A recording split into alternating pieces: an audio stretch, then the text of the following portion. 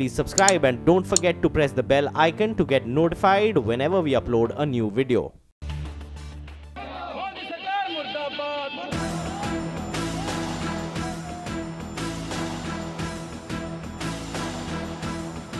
पूरे देश में नरेंद्र मोदी जी घूमते थे, कहते थे देखो पेट्रोल के दाम बढ़ रहे हैं, डीजल के दाम बढ़ रहे हैं, और आज नरेंद्र मोदी जी एक शब्द नहीं कहते हैं कि जनता को कुछ परेशानी है, लेकिन जनता इस बंद के साथ नहीं खड़ी है। सरकार को सेंट्रल एक्साइज ड्यूटी कम करनी चाहिए, आज ही फैसला करना चाहिए। पेट्रोल डीजल के दाम अंतर्राष्ट्रीय बाजार से जुड़े हुए हैं, इसलिए बढ़े हैं।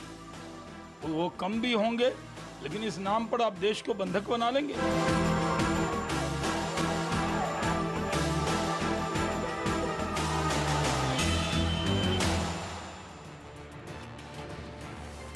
The Congress calls it a success. The government terms it a failure. Opposition parties across the country took part in a one-day strike.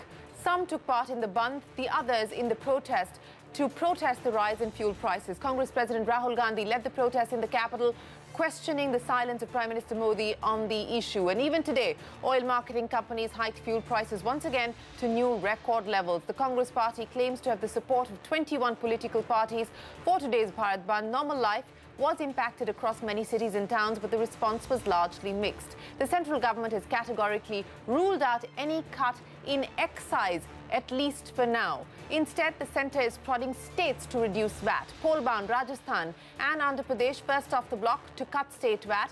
Meanwhile, the Congress and the BJP also involved in a Twitter spat. The BJP tweeted a chart claiming the rise in fuel prices has been only 13% under the Modi government. The Congress party responded to that tweet by adding the price of crude under previous governments, showing that oil prices have actually dropped in the last 4 years. That is global crude oil prices. That's the Twitter storm that's currently playing out on social media. Joining us now, the president of the Rajasthan Congress, Sachin Pilot, spokesperson of the Aam Aadmi Party, Preeti Sharma Menon, spokesperson of the BJP, Narendra Taneja, and spokesperson of the DMK, A. Sarvanand. Thanks very much for joining us here on the Political Exchange. Before I get to my guest, let me go across to my colleague, Prashant Nair. He's been standing by with a quick fact check on the crude math and the fuel reality. Prashant, over to you. So, you know, what the BJP put out were essentially when governments took over, what oil prices were back then, that is petrol prices and diesel prices were at the pump at those points, and the increase essentially which they've seen under successive regimes, right? And the aim of doing that essentially was to show that the pace of increase of oil prices has been far greater under UPA 1, UPA 2, and it actually slowed down, which is the 13% number that you refer to, under this particular government. But you have to look at this in context with the rate of change of global oil prices, and that's exactly what this particular graphic does for you, which puts it in perspective. So from 2004 to 2009, global oil prices moved from about $38 to $58 a barrel. That is an increase of about 54%. This is the period essentially of the UPA regime. I mean, UPA 1 and UPA 2, 2004 to the first UPA government, 2004 to 2009. So that is a 54% increase in global crude oil prices.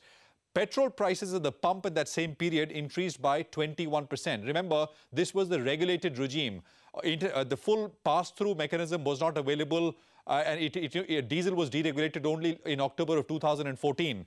From 2009 to 2014, which is essentially up till the Modi government took charge, global crude oil prices went up 88%. That is 88%. Whereas the price of petrol at the pump only went up 76% or so. As I said, diesel was deregulated, and that's the bulk of fuel subsidies, was deregulated only in October of 2014. And that is what the latest number it shows through in the latest number. From 2014 till date, while the global oil price is down 30%, you have a 13% increase in the price of petrol at the pump. So while standalone, the rate of change in terms of petrol prices or diesel prices may have slowed down. The fact also is that global oil prices are down 30% from May of 2014. The next two graphics basically breaks things up in terms of where this increase is coming from, both for petrol and for diesel. So we are looking at petrol prices first up. These are all changes in Delhi. The first row is, the 13% odd increase in price of petrol from May 2014 to September 2018. So that is an increase of 13%. But look at this. Crude oil prices are down 30%. Excise duty, which the central government collects, is up 2 times. And VAT, which is sales tax, which state governments collect, varies from state to state. That is an increase of almost about 14% or so. Same numbers for diesel, which will come up on your screen. Diesel prices are up 28% from May 2014 till date. I mean, as of yesterday. Global oil prices are down 30%, same number. Excise duty, which the centre collects, is up 4.3 times. And VAT is up almost 10% or so. So, I mean, that's how prices break down.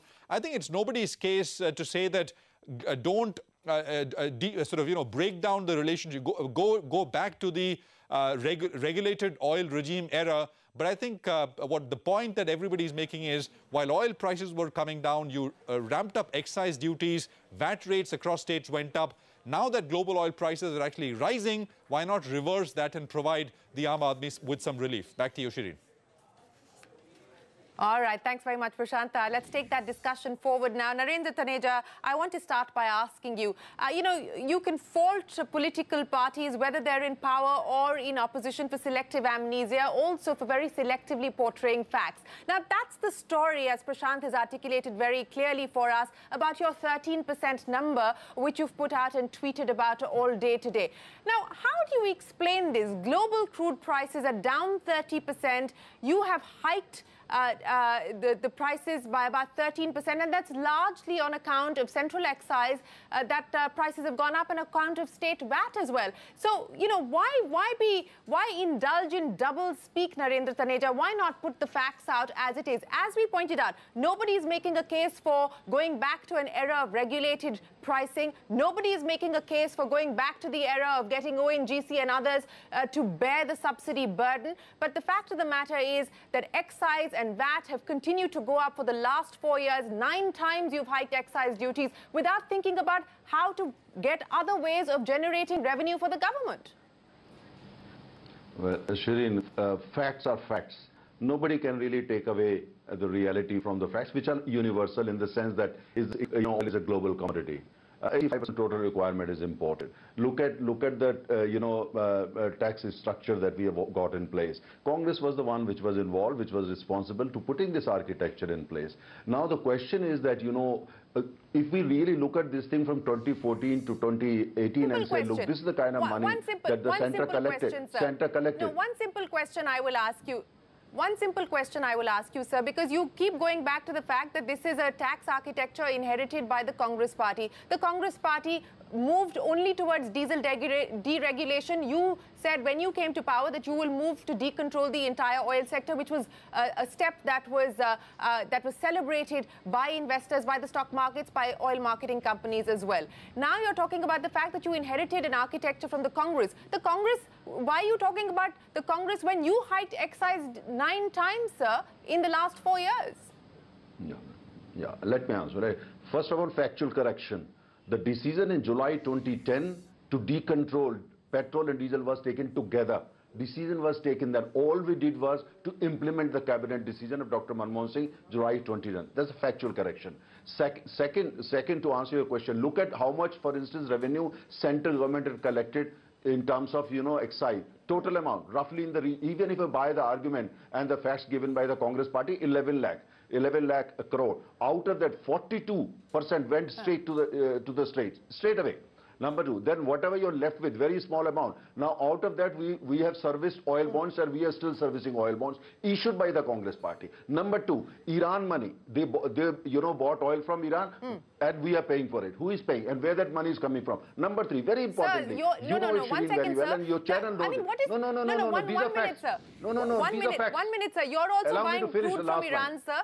We're sticking with facts. You're also buying crude from Iran, and at the end of the day, sir, fiscal deficits are inherited by governments. You can fault the Congress for what you call creative accounting, but fiscal deficits are inherited by the government. When the Vajpayee government left office, sir, you had a fiscal deficit of 4.8% and 4.4%. So fiscal deficits are inherited from one government to the other, whether it's your government or the UPA. No.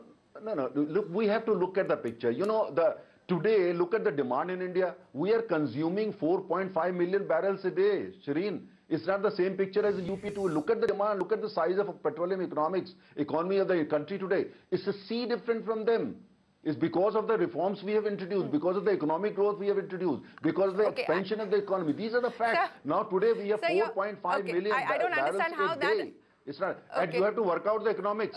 No, economics, you see economics, with this economics changes. And when it comes to, I come back to excise collection.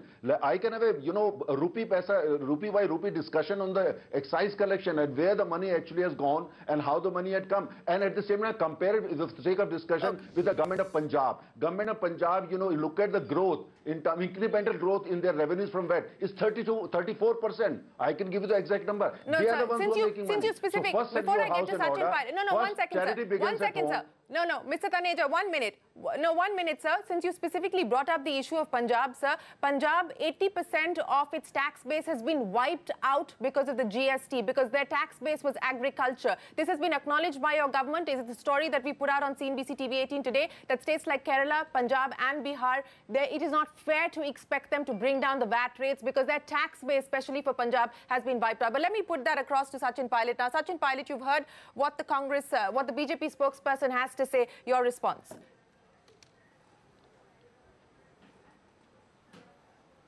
Well, a couple of things are very clear.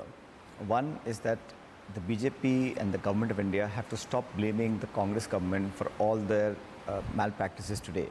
It's been more than 4 years. If they felt that the previous government was not doing the job up to the mark, you replace policies, change the law, you change the constitution, you have bills passed, you've destroyed planning commission, you revoke whatever you felt was not necessary to be on the table. There is no reason why the people of India are suffering when for the last 3.5 years, the average global crude prices have reduced vis-a-vis the time then Manmohan Singh was Prime Minister. So, and on top of that, lakhs of crores have been collected. Point being, today people are hurting. Today's Bharat Bandh was successful because the people volunteered to shut down businesses as a mark of protest. There is a simple logic to this. Food price, commodity increase, all of these prices are affected by diesel and petrol. The farmers are having a tough time because of the diesel prices. There is no reason why Indian government is charging cess, VAT, excise, import duty, so on and so forth. The 88 rupee per litre fuel in Bombay, more than 45 rupees goes to the taxes. The government should increase its revenues by expanding the tax base, exporting more. Why attack the people's pocket? The middle classes and the lower middle classes are suffering. People using two-wheelers are suffering. So today's protest was a mark that people have to ask the question that the BJP last 4 years is easy money. They are trying to tax people out of their own problems. Why don't they do more innovative ideas, create a more healthier GDP, more job creation, let the government earn its resources? Why tax people when the global prices have been reducing for the last 3 years? There is no amount of statistic, no amount of data can defy the fact that people are hurting today. And today's Bandh by 21 parties is an alarming bell. I mean, they must really wake up from their slumber. They cannot afford to be complacent. The government must answer, and I'm sure today's pressure will yield, and some of this will end up reducing the price of petrol and diesel across the country. Sachin, state governments have started to act. Rajasthan, which is poll-bound, today the government announcing a VAT reduction of 2 rupees. Andhra Pradesh has also announced a VAT reduction on both petrol as well as diesel. As I pointed out, it's going to be tough for Punjab to do so. But what about Karnataka, Sachin? The Congress is demanding that there be a reduction. What about your government in Karnataka, which is in the top 10 when it comes to paying the rates of VAT? It's not in the highest bracket, but it's in the top 10. Go ahead. Okay. There are two things you must understand. The import of oil is done at the national level. State governments do impose cess and tax. That apart, Rajasthan, you mentioned, Vasundhara ji has reduced 4% VAT. Let me tell you, in Rajasthan, we also have crude oil. And when the price of crude oil rises, when we export, the royalty that the Rajasthan government gets, it must also be taken into account. Yeah. So when Rajasthan has a large reserve of oil, so when prices rise, the government of Rajasthan makes more money. So it sets off. This 4%, by the way, was imposed by Vasundhara 4 years ago. She's withdrawn that because elections are 2 months away, and today was Bharat Bandh. So in the fear of people, getting angry with the government, she's done this. But on balance, the money that the state government gets is royalty from higher crude price rise. That must also be taken into account. So it's no great favor to the people by reducing 4% that you yourself had imposed, and you're still making money because of royalties of the crude price going up. And Rajasthan exports a lot of crude oil. So I think there's no great benefit that she has passed on. That apart, Government of India has to act. It really is a Government of India issue. It's a BJP national government must act. And I think there's only up to a point you can keep blaming the previous governments. But today, who stopped you from doing what the people want you to do? When you're in opposition, you do dharnas, you do protest at 60 rupees a litre. Today, it's touching 90 rupees. And you're questioning the Congress government for asking those tough questions to you? Okay. Mr. Taneja, I'll come back to you in just a second, but let me get Preeti Menon in the conversation as well. Preeti, the Aam Aadmi Party supported the protests around the country. You did not support the Bandh. What is your argument? What is it that you would like to see from the government?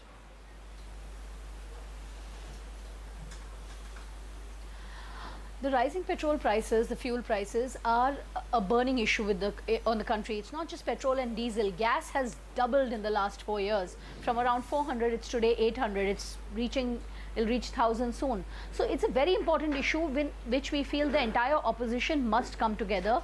As a party, we've never supported bandhs. We do protests, we do rallies, but we don't really ever shut down the country. So we have our differences with the Congress, but this issue is bigger than anybody's differences. And today's graph, which was put up by BJP, which you showed earlier, shows that the BJP has degrees in entire mathematics, entire statistics, and entire graphics. They just know how to confound the people by giving figures in such an absurd manner, which just fails to see what has been happening in the international market. And now crude is going to be rising. So crude is not going to go down. And they're going to continue levying the taxes that they're levying, and crude will go up. So we are talking about a really rough stretch ahead for the Indian economy. And this government seems to be incapable of doing taking any economic decisions that will benefit the economy. They only know how to blame the Congress or the previous governments or the last 70 years. But what about taking decisions today on basic stuff like, creating jobs? All these Make in India jumlas and Startup India, Stand Up India, it's all about Shut Up India. And that's what's serious today.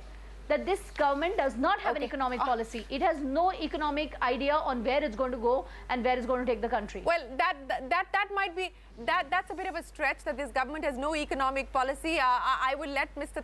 Taneja take that on, but let me go across to Mr. Saravanan first and then come back to Narendra Taneja. Mr. Saravanan, very quickly, you were part of the protest, the DMK was part of the protest as well. We have to look at ideas as well. I understand that this is an issue that's a sensitive issue. It impacts the consumer, but political parties also must come to the table with what they think are solutions. What is your solution to this?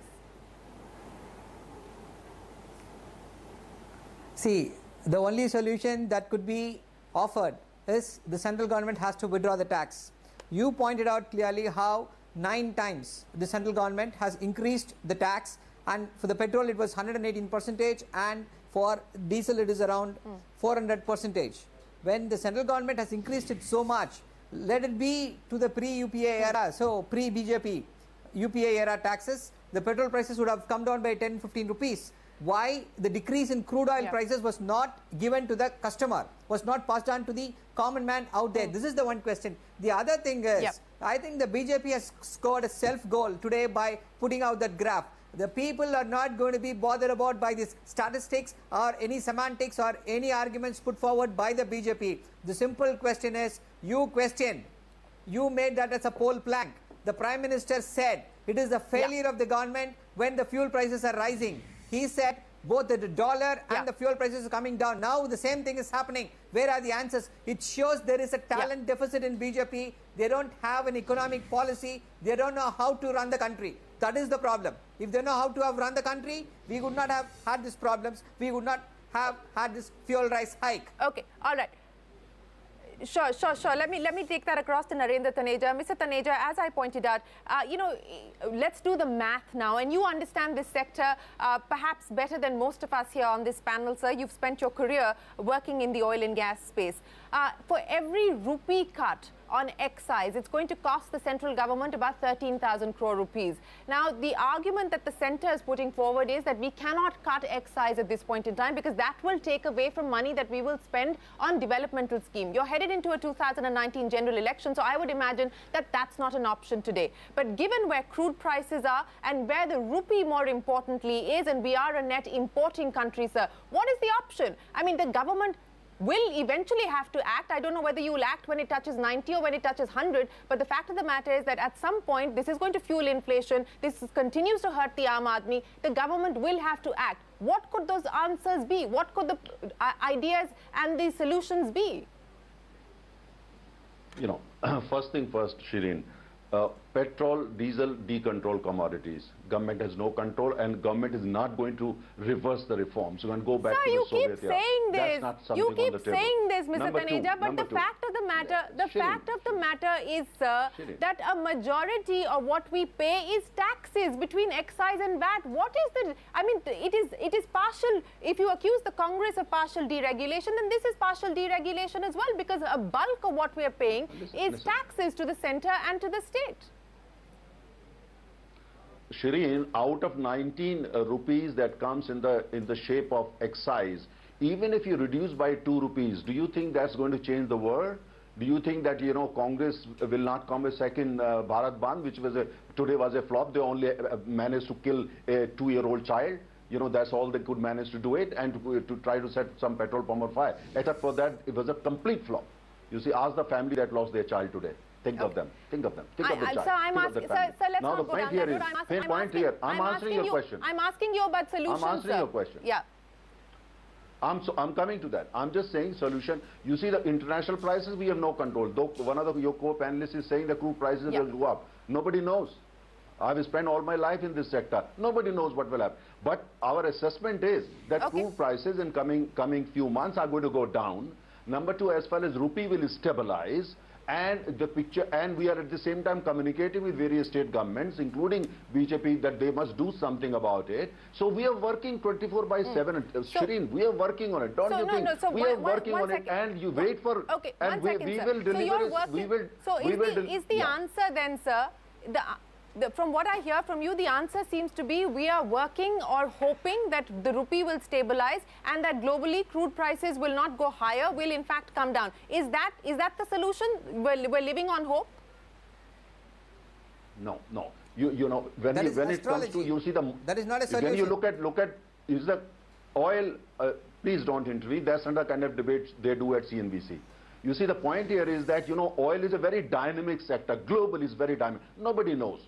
But we are also doing whatever we can in terms of making sure crude prices can come down. We are collaborating with big powers, including the United States of America. We expect that by November, when America has congressional elections, typically whenever they have elections, crude prices come down significantly. We are expecting prices will come down. Number two, in terms of states, you have seen what Rajasthan we also government have the has Iran sanctions kicking in November, sir.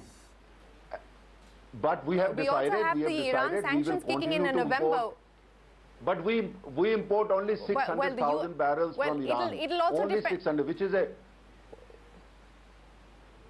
I'll give you facts. It'll also depend on how the US reacts to that. Okay, all right. No, okay, let me go across to other panelists now. Yes, the Indian government has made it clear, but the US will also have a say in that. They've made it clear, Mike Pompeo making it very clear that they expect all importing countries to bring imports down to zero by November. Sachin Pilot, the government at this point saying that, look, states can do what they can do. The central government is unlikely to cut excise at this point in time. And to be fair, let's also look at economic fundamentals and economic stability, because we don't want a situation where we have fiscal deficit moving beyond a certain range, the target that's already been set, because that will cause all kinds of problems. So what are the ideas beyond a cut in excise duty? I mean, there was a lot of talk around, and I remember this from the times of the UPA even, on the possibility of a windfall tax that could then be used in a situation like this. What are the ideas? Do political parties have ideas on how to deal with this? I don't understand the logic that you are presenting to us. You're saying that the government of India should live on hopes and prayers, should wait for the elections cycle in the US to finish. International diplomacy, all those things have always been there. I'm not talking to you, Shireen. I'm talking to my friend BJP spokesperson. My submission is that nothing has changed. Import of oil has happened through decades. International diplomacy will continue.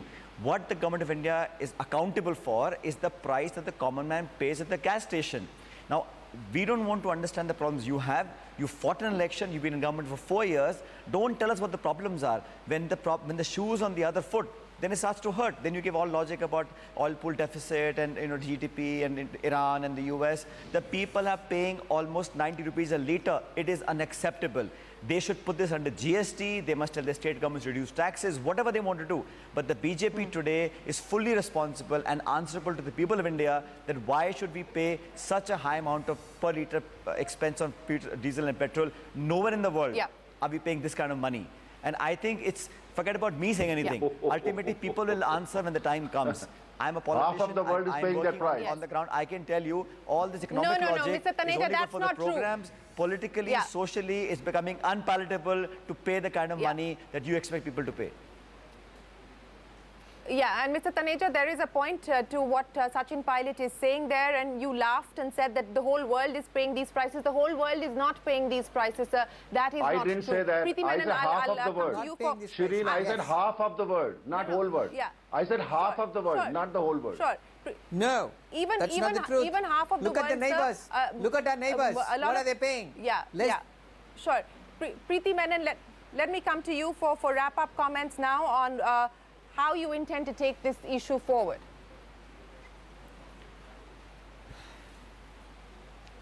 I think it's really absurd that the BJP spokesperson, Mr. Taneja, is living on hope. He's living, like Mr. Pilot said, on the dream of what will happen during a US election, etc. If you really want to go by international, scenario, like you mentioned, there are sanctions against Iran coming up. And forget how much we buying from Iran. The entire crude oil prices are going to be affected when those sanctions, if they get into place. So oil is going to become more expensive. They should be providing for that. They should be actually planning that if fuel goes up, if crude goes up, what are we going to do to ensure that the common man doesn't bear the brunt of it? Instead, they're just sitting pretty and waiting for the next US election. That is the most absurd thing that any political party in power has ever said, that they're waiting for an American election to decide how the economy in the country will play out. It's really a failed economy. You got it wrong. I never meant that. I will give you a bigger explanation. If you don't understand the issue, don't the party say. Mr. Taneja, I was giving the bigger picture. You don't understand I'll come back to you, sir. No, sir, I'll come back to you, sir. I don't think it's fair to say that she doesn't understand these issues. She's making her opinion. No, sir. I'm sorry, sir. Let's not use those words, sir. Everyone is free to present their point of view. Everyone, I'm sorry. Sir, please. Everyone is entitled to their opinion on this program. Just as you have expressed yourself, Preeti Menon is free to express herself as well. Mr. Saravanan, final comments to you, sir. Yeah. See, the windfall from these taxes to the government is around 11 lakh crores, and the oil bonds, what they have repaid is around only 2 lakh crores. So what happened to the remaining amount? They are being spent on reckless advertisements. Look at the money spent on advertisements for this BJP government, 4,000 crores. And look at the kind of NPS that the money is taken from the common man and given to the capital cronies as write-off. This is the scam. This is the biggest scam that is happening. The people are ripped off to pay the capital cronies. Such dumb arguments. I'm sorry. No. Sir, I can't put up with dumb arguments. Mr. Taneja, I'll give you... I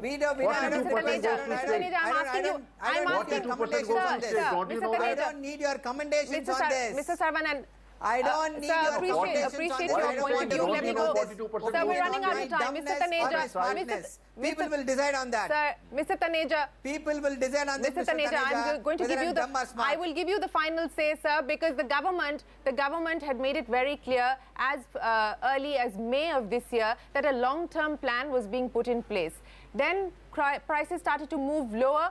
We didn't hear about that long-term plan. And as we've heard from you today and from the government at the center, it seems as if there isn't a long-term plan that has yet been put together. So what can we realistically expect if we continue to see this trajectory for the rupee and for crude? Final say very quickly. Yeah. Very quick. You know, Shireen, long-term plans include that we reduce the dependence of our farmers on diesel. So that's why electricity is available. That's long-term. You know, a push for solar pumps, for irrigation, this is long-term. Making LPG available, that's our long-term. But at the same time, oil is an international commodity. It depends on geopolitics of the globe. So one has to think in terms of international dimensions, including American elections. That's because this, you are talking about a commodity which is heavily dependent on this. If one doesn't understand, that's a different story altogether. We, people of India are happy. We have 12 crore members. We are in touch with the people. We will do whatever the people want us to do, not the Congress party that killed a 2-year-old child today. People want you to release. Okay, people want you to lower the fuel prices. Please do that, sir. We'll have to leave it there. We'll have to leave it there. We'll have to, gentlemen, we're completely out of time. Sachin Pilot, Preeti Menon, Narendra Taneja, and Mr. Saravanan, appreciate you joining us here on the Political Exchange. This will, I would imagine, continue to be an issue that we will be debating for a while here on CNBC TV18. But for this evening, thanks very much for joining us.